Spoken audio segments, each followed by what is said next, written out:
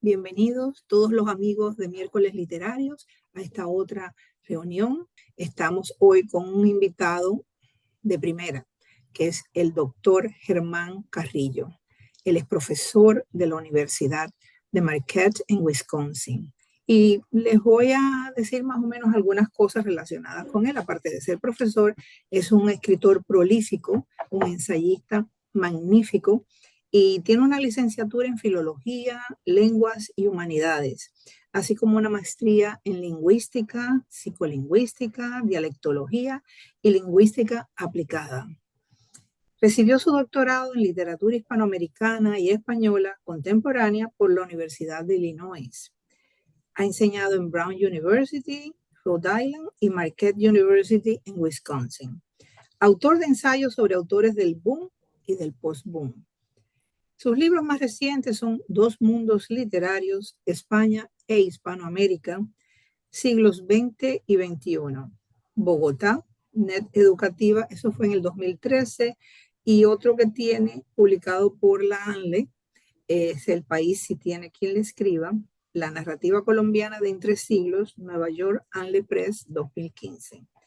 Es miembro de número de la Academia Norteamericana de la Lengua Española, ANLE, y ocupa el cargo de censor en la junta directiva y colabora con la publicación RANLE, que es la revista oficial de la academia.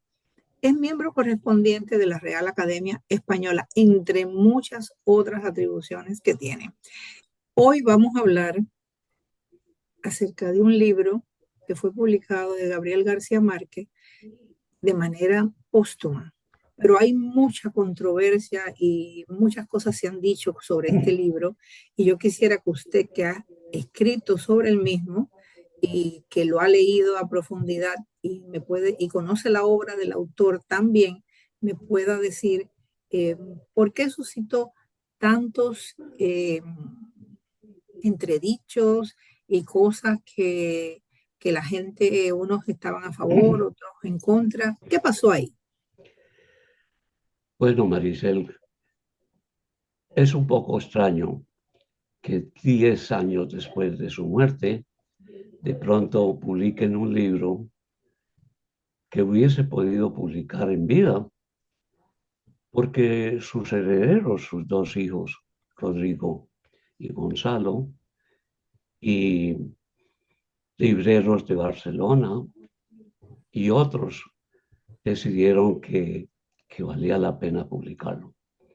Con el consentimiento de sus hijos, que a propósito, ellos no consideran que el libro sea inconcluso y que yo uso el recurso de inconcluso como en forma retórica para referirnos al hecho de que al terminar el capítulo sexto, el lector tiene impresión de que falta el séptimo y el octavo y el noveno.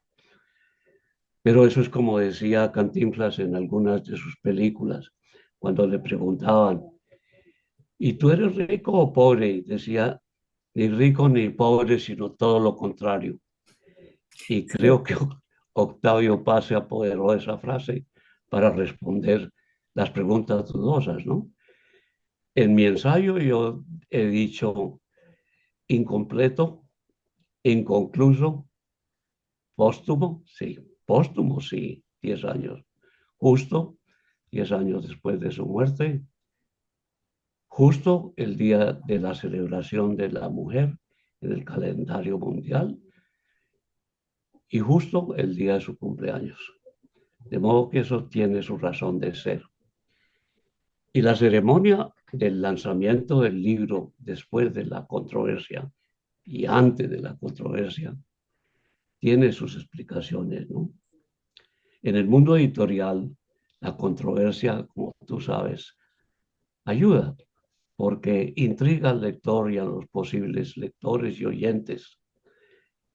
Y claro, la pregunta aquí es si es verdad que estaba terminado. Y parece que sí, porque le había puesto al quinto borrador le puso al final, en la penúltima página, OK.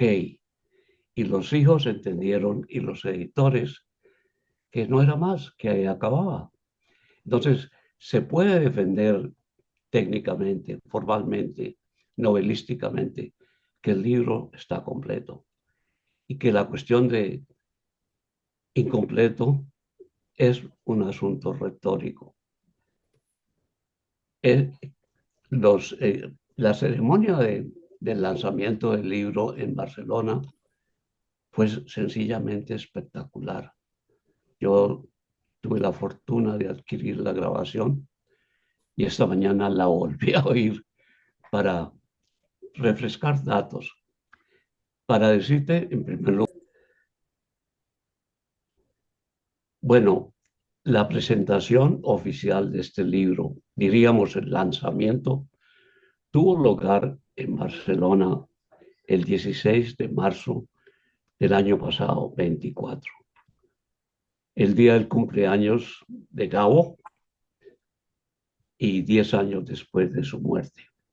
También fue el Día Internacional de la Mujer, así que los editores escogieron una fecha muy significativa para hacer el lanzamiento del libro.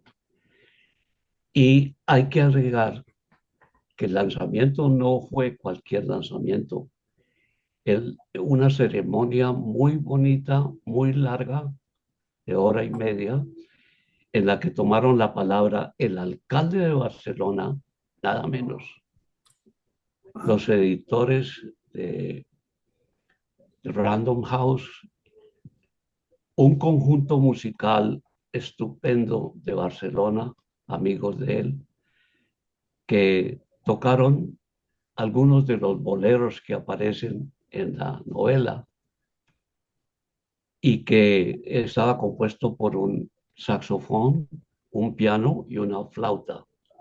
Y al final, una cantante muy buena cantó algunos de los boleros también. Eh, además de eso, había tres, tres personas dialogando.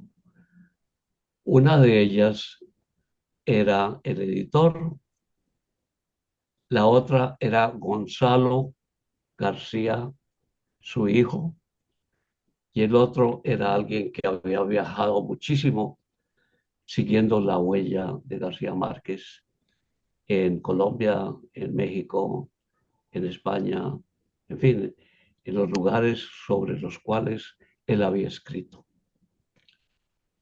Y eso en cuanto al marco se refiere. Si tienes la oportunidad de ver algún día el lanzamiento del libro en Barcelona, te lo recomiendo, porque además de ser un acontecimiento literario, tiene su valía. Para mí, por ejemplo, nunca había oído a Gonzalo García Barcha, su hijo, que por cierto se parece mucho a él, hablar sobre Gabo, como le llama él. No le dice papá, sino Gabo, en forma bastante impersonal. Y solo cuando tiene que decir mi padre, dice mi padre. Pero él respondió muchas preguntas y opinó sobre cosas del libro que le preguntaron. Y él es uno, Maricel, de los que está convencido de que el libro es completo y que es un espejismo esperar a que se complete. Es un, es un fait accompli, está hecho y hay que aceptarlo como está. Que critiquen que por qué no lo publicó en vida o no, eso es irrelevante desde un punto literario. Muchos escritores han publicado o les han publicado después de muertos. Él lo dejó por lo que dice el hijo con ese OK al final del libro, pero no dijo ni sí ni no, lo cual llevó a la conclusión de que el libro estaba. Y algunos críticos que revisaron el manuscrito antes de ser publicado estuvieron de acuerdo que en agosto nos vemos, está concluido. Esa es la novela. Y es una novela en la línea en el que Gabo se sabía mover el tema del amor. Tú y yo y todos los lectores sabemos que el amor como tema era muy importante para Gabo. Él lo sentía, él creía realmente que la única fuerza que cambia el mundo, la única palanca que cambia el mundo o que puede mover el mundo es el amor. Y en eso coincide con Jesucristo, ¿no? Cuando dijo, yo soy un lector apasionado de la Biblia, el primer mandamiento es amar a Dios sobre todas las cosas y después al prójimo como a ti mismo. Creo yo que García Márquez vivía ese principio y, si tú miras las últimas obras a partir del 85, verás que incluso en el título aparece la palabra amor. El amor en los tiempos del coral. La favorita mía. Divina, divina obra. Sí. Eh, Diatriba de amor contra un hombre sentado. El amor y otros demonios. El ahogado más bello del mundo. Y ahora aparece de nuevo el tema del amor.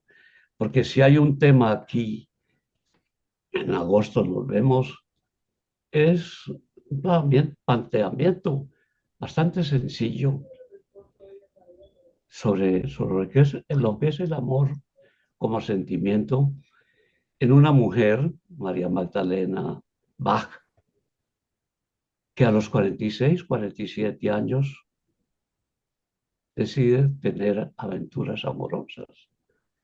Y para ello, qué mejor excusa, así parece, ¿no? Que ir a visitar la tumba de su madre en la isla. Ahora, la isla no está identificada. Puede ser alguna de las islas que están cerca de Cartagena, las islas del Rosario, o puede ser otra, pero es una isla. Y para llegar allí hay que tomar un ferry y gasta más de 2 horas. Pero en fin, ella, siguiendo la tradición de su madre, que pidió ser enterrada allí, iba cada 16 de agosto a llevarle gladiolos a su madre. Y al volver al hotel, pues tuvo la idea de, ¿no? A ver qué pasa. Su esposo de toda la vida es músico, una persona encantadora. El matrimonio se lleva muy bien. El hijo es músico.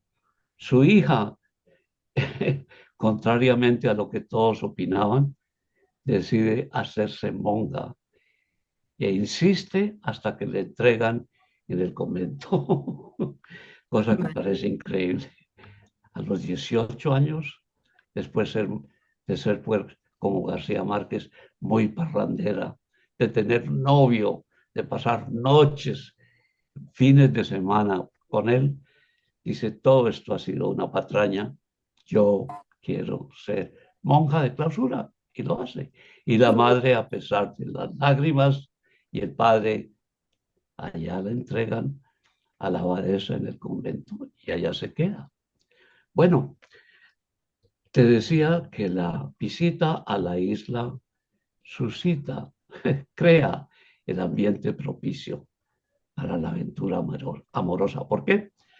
Porque el ferry tiene que esperar hasta las 4 o 5 de la tarde. ¿Y por qué no descansar una noche en el hotel? Eh, Vivir una aventura distinta de la rutina de estar con su esposo en casa. Y lo hace. Y entonces la novela se reduce a 3 o 4 aventuras, Maricel, que surgen sobre la marcha y sobre las cuales, curiosamente, ella no siente remordimiento ni culpa.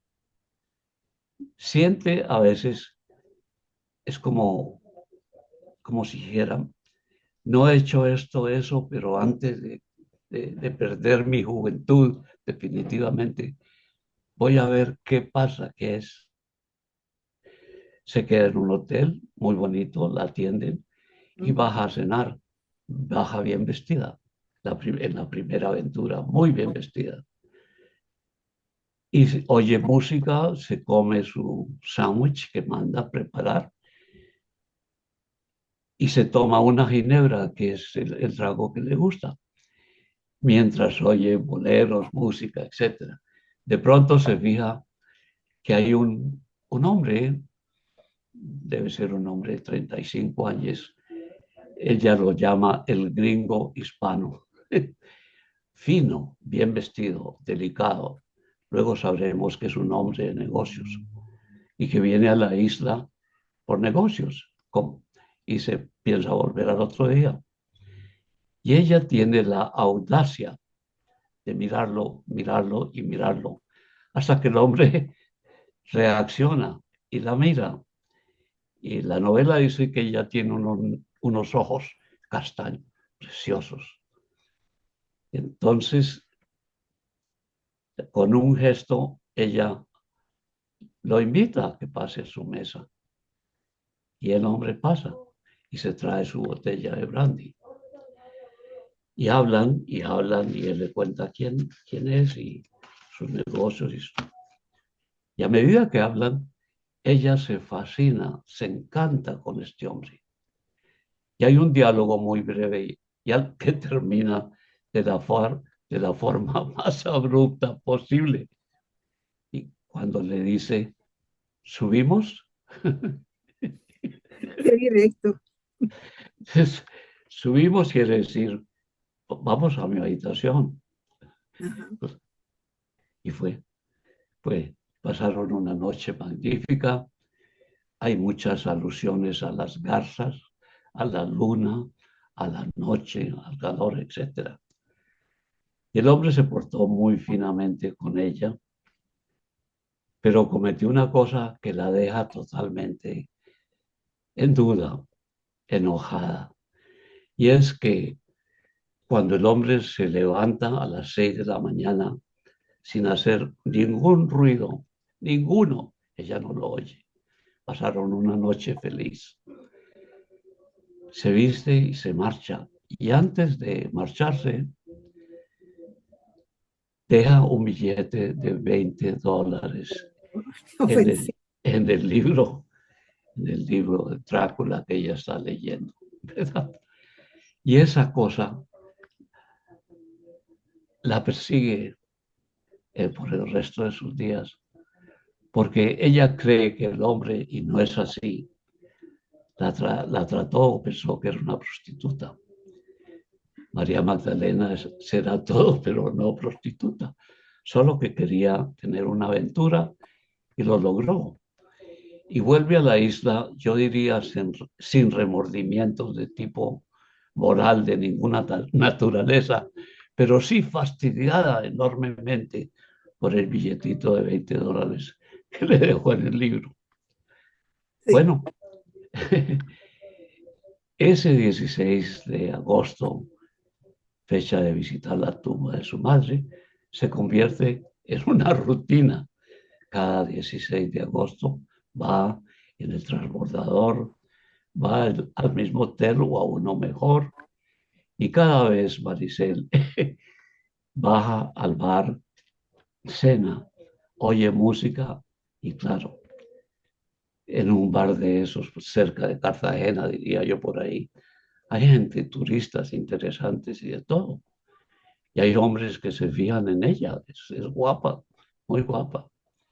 Y claro, viene el segundo, y viene el tercero, incluso un cuarto, y termina ahí. El segundo es un tipo que tiene todas las características, y me perdonas por decirlo así, de un Drácula. Eso va con la idea. Tiene el pelo liso, Sí, sí. la piel. Hazte cuenta que estás viendo La Drácula. la película de este director italiano, ¿no? Sobre Drácula.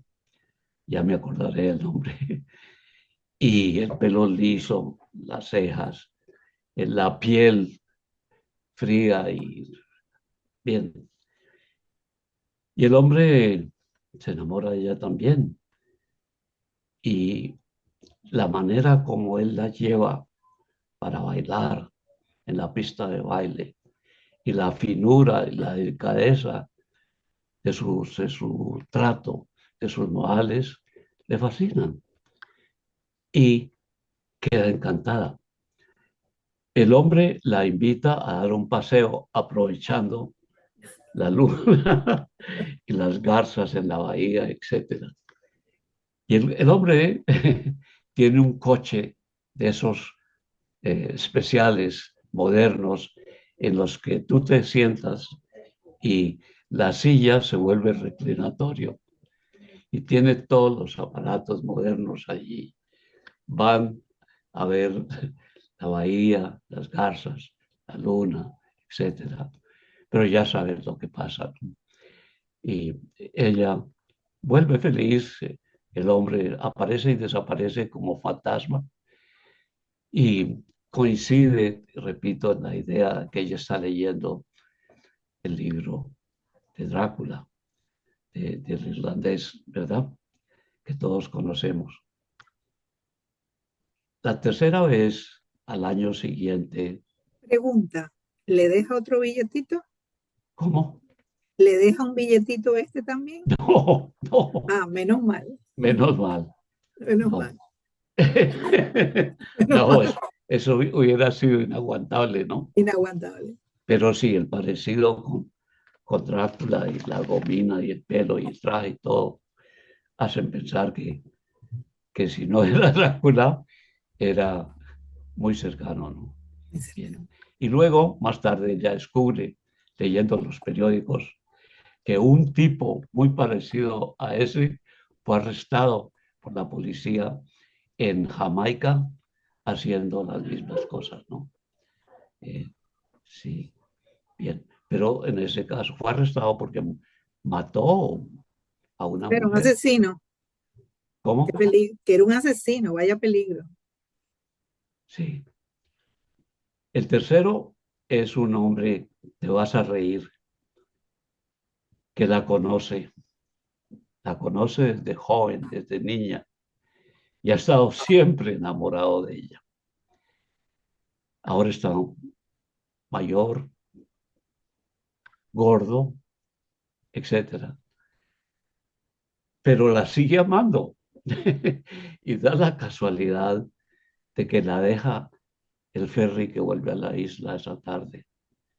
Y entonces el hombre la cosa, no baila bien, pero sabe mucho de música y ella lo lleva con paciencia y tal.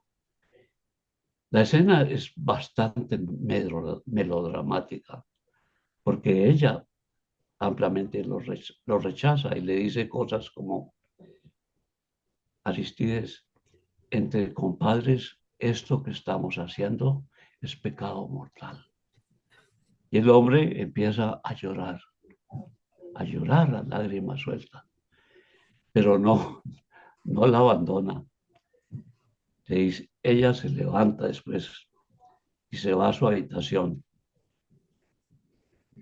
y se acuesta, se desviste, ya sabes, la costa, el calor y tal. Y después de media hora de reflexionar ya en la cama y demás, ella llega a la conclusión de que ha sido un año perdido, que su, que su aventura ha quedado incompleta. Y entonces sucede lo inesperado. Tocan a la puerta y adivina quién era, su amiguete, llorando, desconsolado. La puerta estaba abierta y ella le dice: pase. Y ya pues sucede lo que tenía que suceder, ¿no?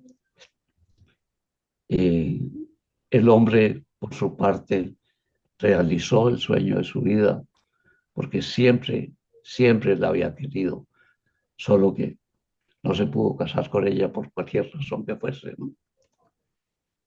Y tiene otra aventura con otro que resulta ser obispo, ¿puedes creerlo? Dios mío, pero eso ya es en el cuarto año, ¿no?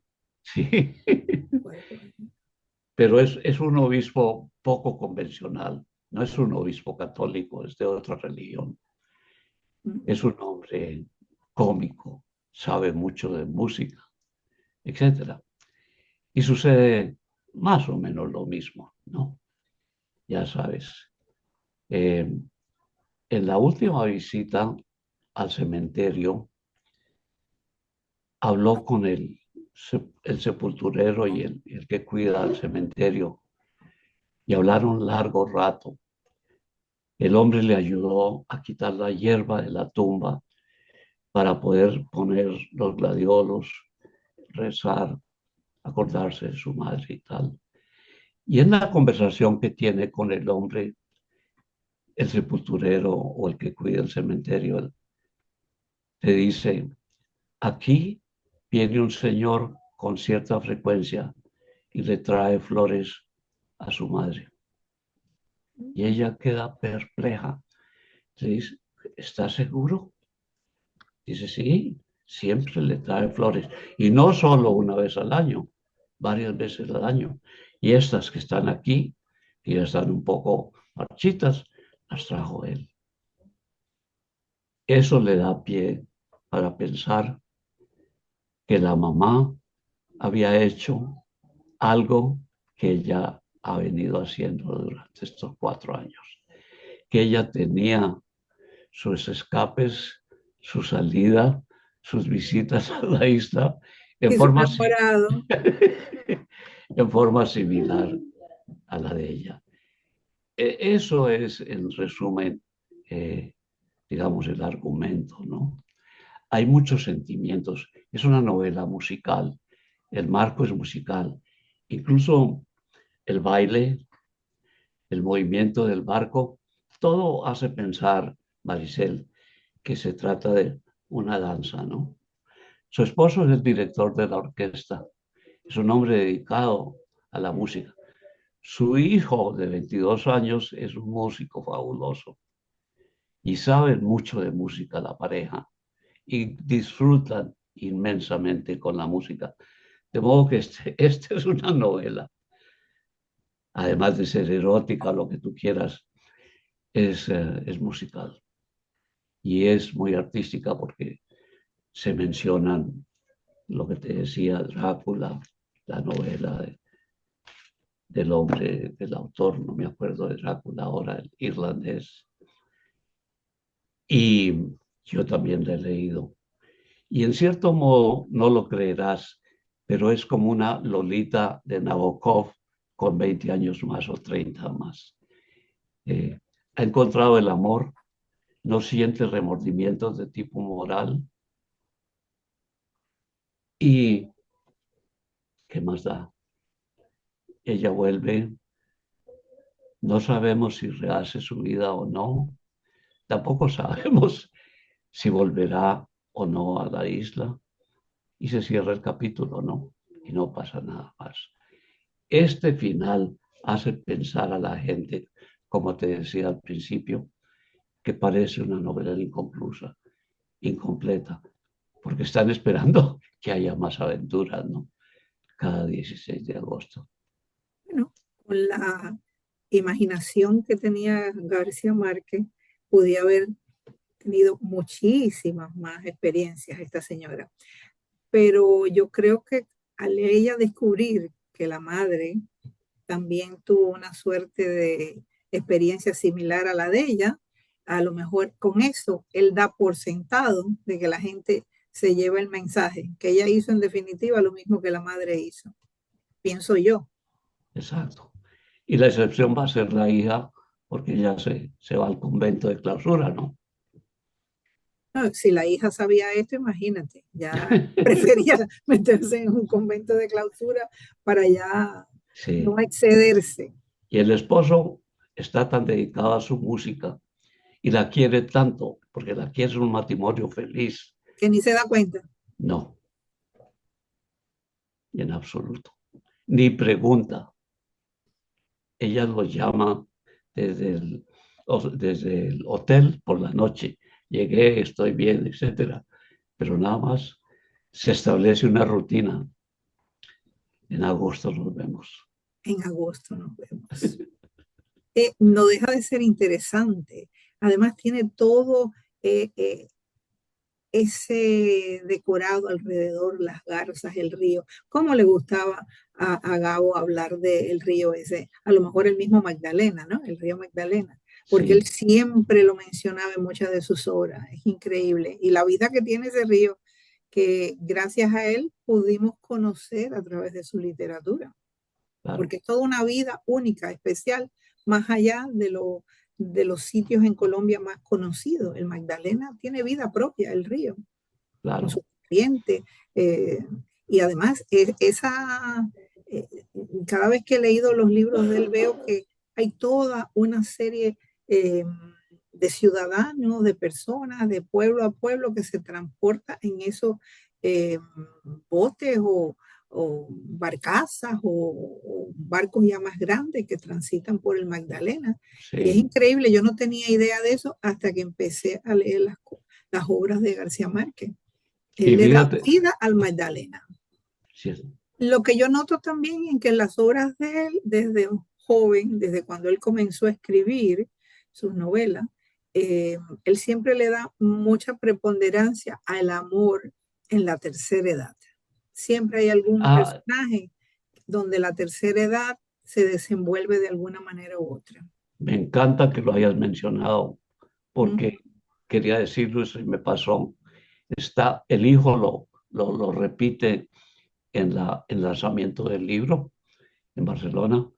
Dice, mi padre estaba muy interesado en el amor, no solo en la juventud, sino en la adultez y en la vejez, porque es algo que va con la naturaleza del hombre y no tiene edad. Sí, eso es verdad. Y eso es él, muy importante. claro, Y yo creo que las novelas que más gustaron siempre de García Márquez y gustan son las que giran alrededor del tema ese amatorio, porque hay otras novelas u otros libros que él ha escrito que no son tan populares, digamos. Se venden, se leen, pero que no llaman tanto, no tienen el claro, raigambre del público. Porque claro. hay libros que son importantísimos, como el Coronel no tiene quien le escriba, Muy, muy buena, muy y buena. sin embargo es buena desde el punto de vista intelectual. Pero yo no noto que a nivel general, del público en general, tenga tanta raigambre. O yo no sé si usted coincide conmigo o no. Es una secuela de Los Buendía, ¿no? El Ujú, coronel Aureliano Buendía. sí. Él estaba fascinado con esa idea de su abuelo, bisabuelo coronel, el problema de la guerra de los 1000 días en Colombia, la separación de Panamá en 1903, y todo eso le quedó sonando. Y en la familia había gente que contaba historias, tenían el don de la oralidad, y el niño se fijó, notó todas esas historias y Ujú. las fue madurando y transformando. Y hay otros temas importantes. Una de las cosas que a mí me fascina de la prosa de él es la nostalgia. Yo había leído a Marcel Proust antes de leer a García Márquez y me pareció que la búsqueda del tiempo perdido y todas esas cosas, la nostalgia, la reminiscencia, aquellos tiempos idos que ya no vuelven, lo hace con una delicadeza en párrafos largos, largos como tú sabes, larguísimos, en los que quedas con el sentimiento ese de que parece que estuvieras en las tinieblas, que estuviese lloviznando o lloviendo, y que hay una esperanza, que hay alguien que te quiere, que hay alguien que no te ha olvidado, que todavía existe la posibilidad de que cuentes en la vida de alguien. Eso es fascinante. Tiene otras historias Claro. Y también hay algunas historias que a las que él se remite, que parecen anécdotas de una mente de estos escritores del boom, pero en realidad yo pienso que es parte de la realidad que pasó, que ya no es más realidad. Porque yo recuerdo una anécdota que él relata en uno de sus primeros libros sobre el hielo, cómo el hielo se derrite, y fue un gran desencanto para uno de los personajes Claro, de la obra. así empieza la novela, ¿no? Exactamente. Con Y el yo gas. recuerdo que mi mamá me había contado en una ocasión que cuando a ella llevaron a la finca que era de mis abuelos, de sus abuelos, no los míos, mis bisabuelos, que llevaron un pedazo de hielo y a ella le dieron un pedacito y lo guardó en su cuarto, y que cuando volvió para buscarlo, resulta que ya era pura agua. Entonces que lloró amargamente, y entonces eso que pasó en Cuba resulta que pasó también en Colombia. Eran tiempos donde no había refrigeración en Claro, todas partes, y y el así, tema era eh, diferente y pasaban estas cosas. O sea que es una realidad. Por eso yo muchas veces, cuando se me habla del realismo mágico, yo pienso que de mágico es para las personas que no confrontaron esas situaciones o esas historias, pero en realidad América, lo que es Centroamérica, Latinoamérica, lo que nos es familiar, no es tan mágico, sino es parte de todo el entramado aquel cultural e histórico que vivieron nuestros antepasados. así es. Fíjate la frase célebre, el coronel Aureliano Buendía, como empieza la novela. Sí, Sí, exactamente, así es. Y bueno, ¿y usted entonces qué piensa? Que esta última obra que se publicó de él, lo que apareció, la novela inédita, que yo sí coincido con usted, que esta tuvo su fin, el fin era ese. Lo que pasa que no le daría tiempo a él ponerse de acuerdo con sus editores, o se enfermó y no pudo sí, asumir eso.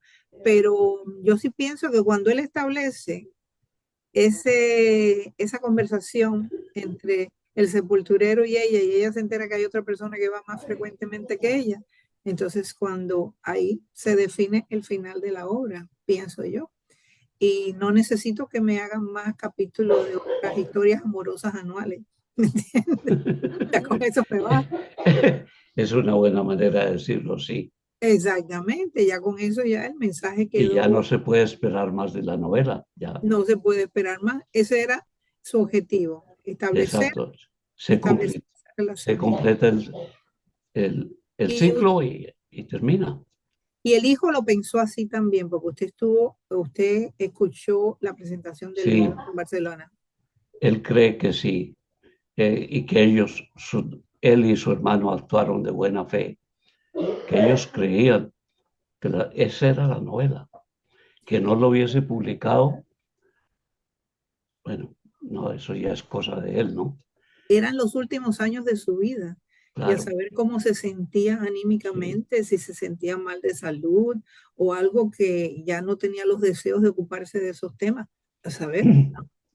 Y Eh, tal vez la crítica fuerte que recibió por haber publicado aquella novelita malograda, que fue de mis tristes putas, ¿te acuerdas? sí, Sobre eso recibió muy mala crítica, en el sentido, y es verdad, él tiene grandes obras, tú has mencionado algunas, Cien años de soledad, El amor en los tiempos del cólera, el general en su laberinto, y la novela detectivesca esta de Crónica de una muerte anunciada. Y ujú, tiene libros preciosos de cuentos. sí. El cuentista es fabuloso, fabuloso. Casi, Sí, casi. Pero también, como todo ser humano, tiene sus altibajos, ¿no? Y yo exactamente. creo, sí, y esta fue uno de los bajos. No creo que haya escritor que todo lo que haya escrito sea supremo. Hay, como usted bien dice, momentos altos en su Claro. literatura, en su obra, y momentos más bajos, depende. Hay escritores que son buenísimos, por ejemplo, Pablo Neruda, un poeta maravilloso, sin embargo, tiene algunos de sus libros y alguna poesía que deja mucho que desear, ¿me entiendes? Sí, Todo depende. Y creo que lo mejor que escribió Pablo Neruda fueron sus poemas de amor, precisamente. Ya cuando se metió en política y en otras cosas, allá ya él cambió.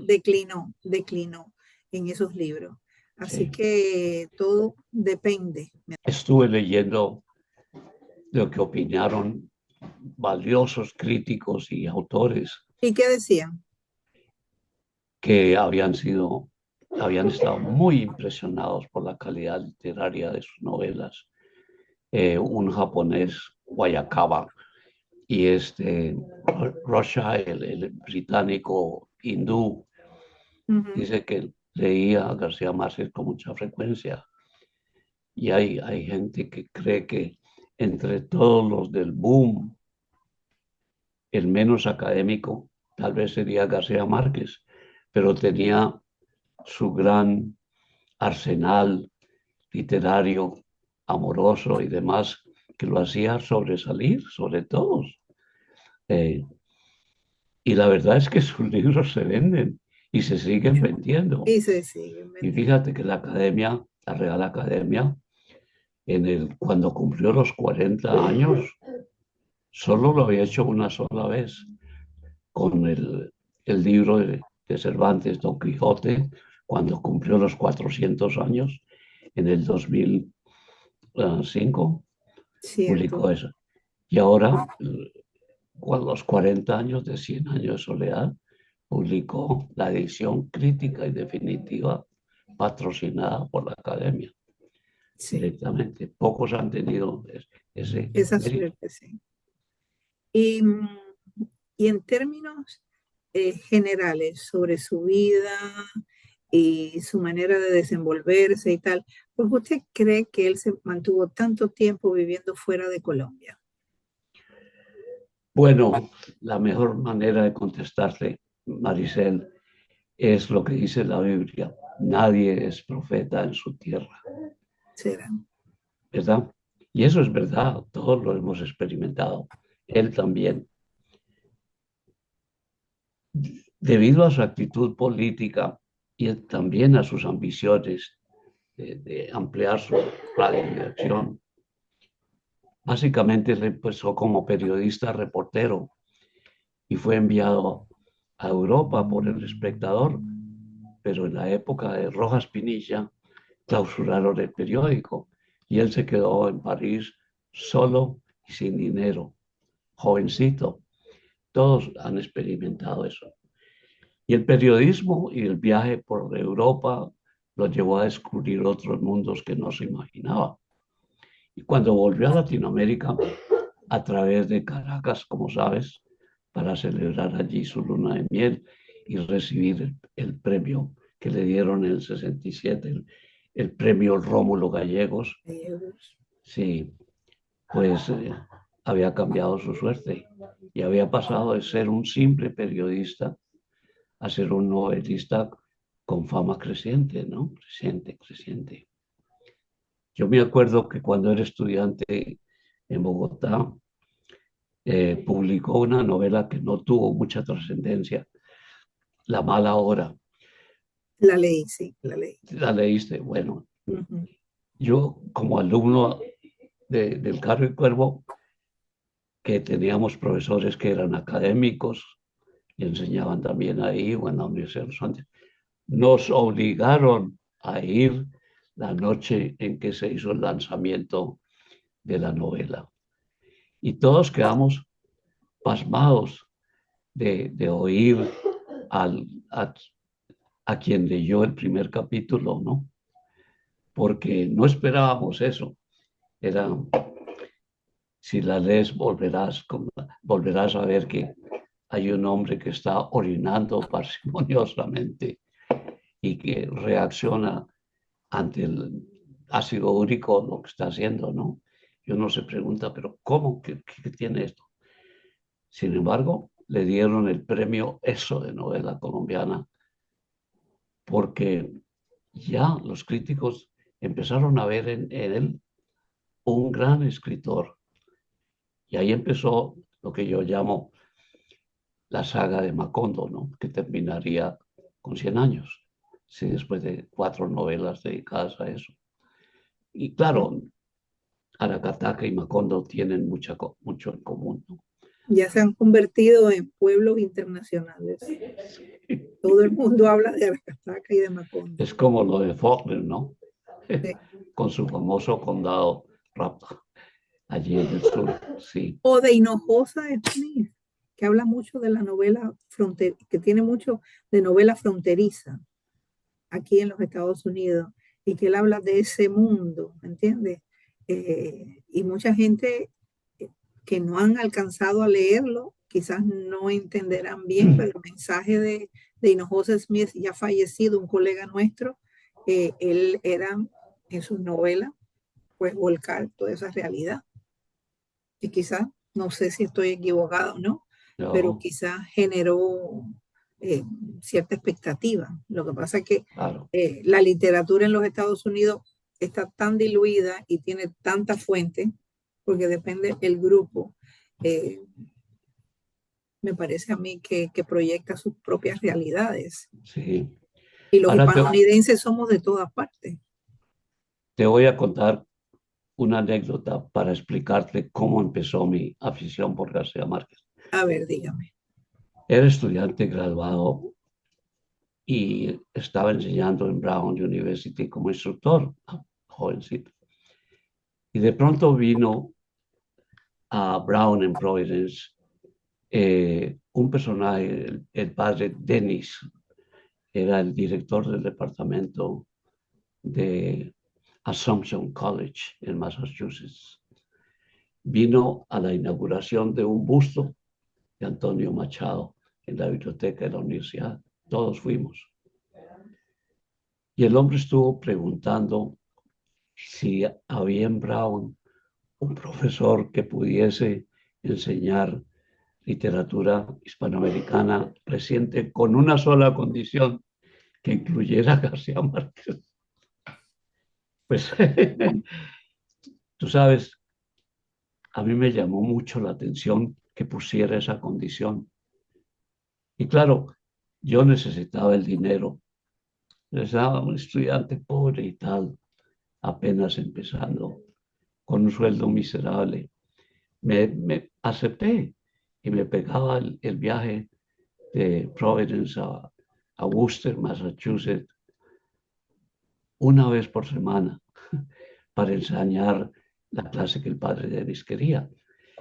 Y leyendo, tuvimos que leer Cien años de soledad para el seminario ese, ¿no? Y ahí fue donde yo empecé a cogerle gusto a la novela. Y te diré que se volvió mi Biblia durante 3 años. Entonces, ¿persiste todavía, me pregunto, la controversia que generó esta última novela póstuma o no? ¿O No, no, ya se aclaró ya el tema? se haya claro. Sobre todo para los que ven la ceremonia del lanzamiento del libro, ¿no? No, y sobre todo para los que conocen la obra de él, porque si tú conoces la obra de él, tú sabes cómo él lanzaba ciertos mensajes subliminales sin Sí, decirlo, esto está aquí. Yo te lo pongo y tú lo ves, tú lo sí. recoges.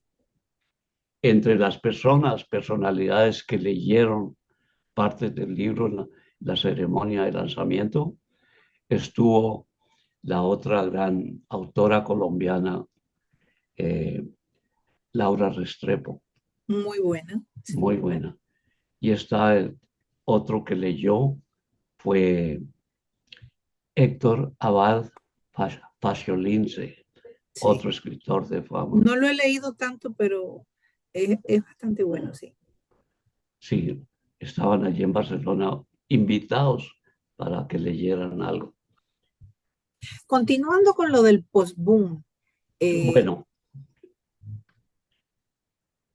que yo sepa, la palabra post-boom la inventó un crítico británico que se llama Donald Shaw. Él escribió mucho sobre Latinoamérica y mucho sobre el boom. Él fue profesor en Brown y coincidimos allí. Tuve la gran fortuna de tenerlo como profesor visitante. y fuimos amigos hasta su muerte. Él era muy astuto, tanto literariamente como comercialmente. Y él comprendió que el mercado latinoamericano, junto con los cuatro del grandes del boom, había dejado su saga. Y exploró y escribió sobre esos escritores que vinieron un poquito después y poco a poco fueron constituyendo un grupo que él llamó post-boom. Y ahí incluyó a gente como Donoso de Chile, eh, bueno, una cantidad de escritores que no son muy... Álvaro Mutis, por ejemplo, que cronológicamente no debería estar ahí. Gente que vino después de él, después en casi todos los países hay, también en Cuba.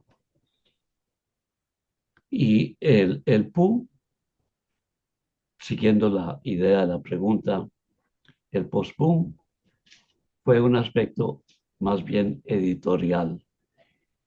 Los europeos habían descubierto el mundo literario hispanoamericano con el boom y los cuatro grandes, ¿no?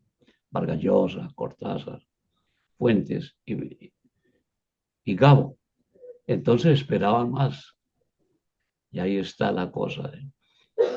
Este escritor inglés, Donald Shaw, y otros, esto lo supieron explotar.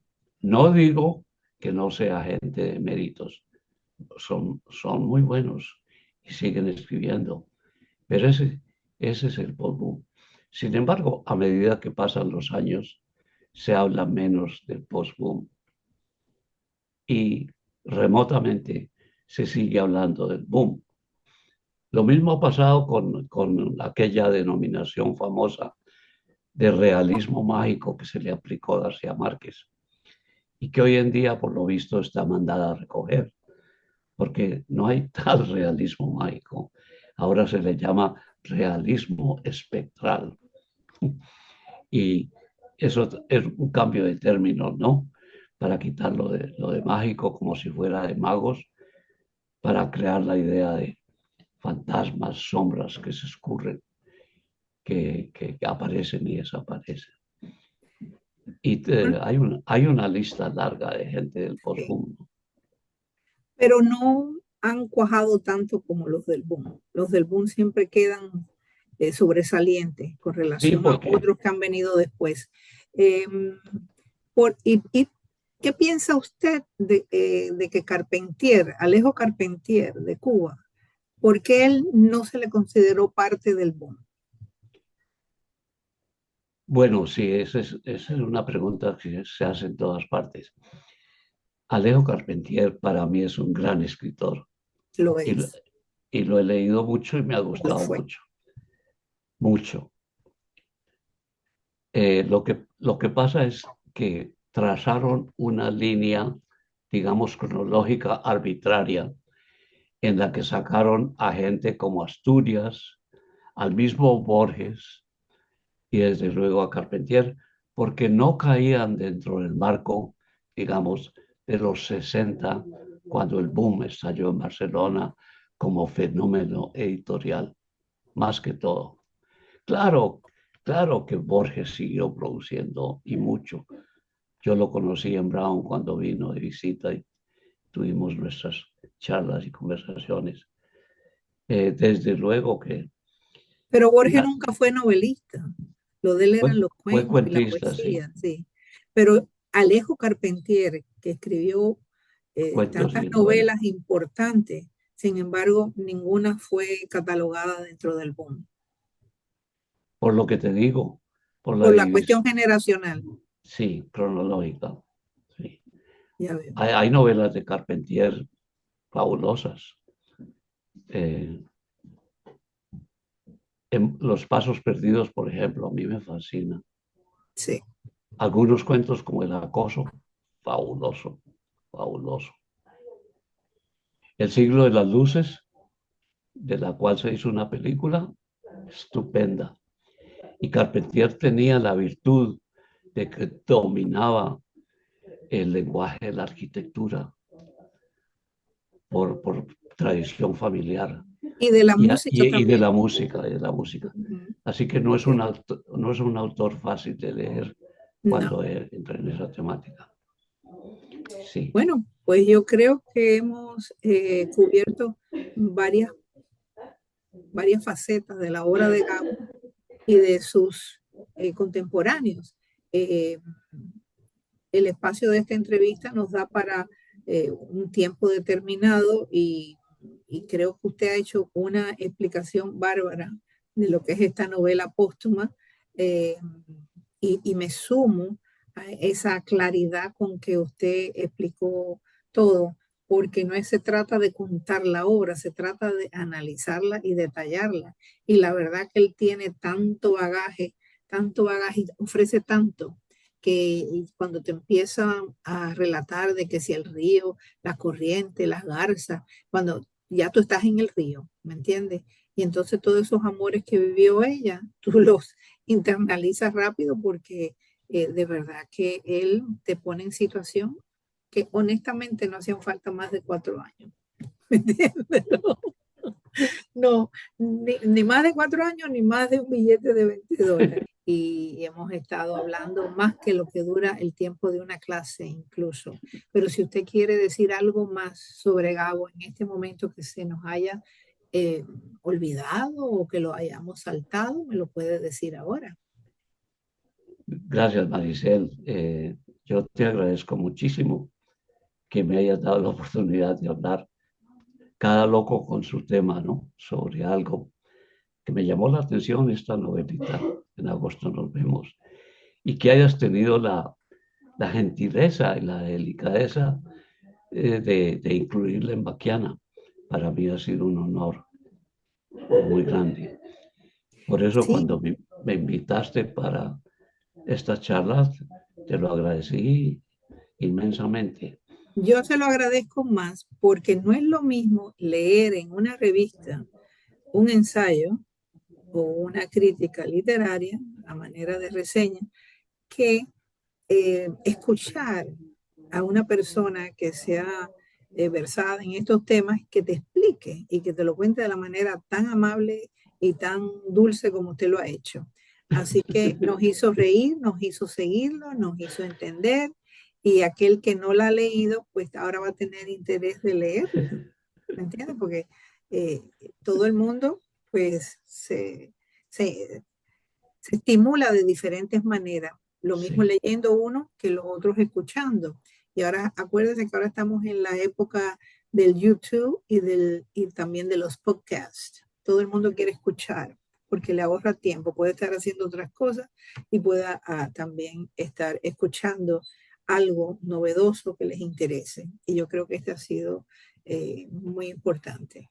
Eh, me bueno, alegro que te haya gustado, Maricel. claro que sí, me ha gustado mucho y ojalá que así sea con todos nuestros participantes que nos escuchan todos los meses, lo que tenemos que aportar un granito de arena sobre literatura y así nos mantenemos en sintonía con estos temas y le doy las gracias no solamente a la Academia Norteamericana de la Lengua Española, sino al Centro Cultural Español y a la revista literaria Baquiana y Ediciones Baquiana, así como Baquiana TV, que ahora les hace posible que vean estas entrevistas.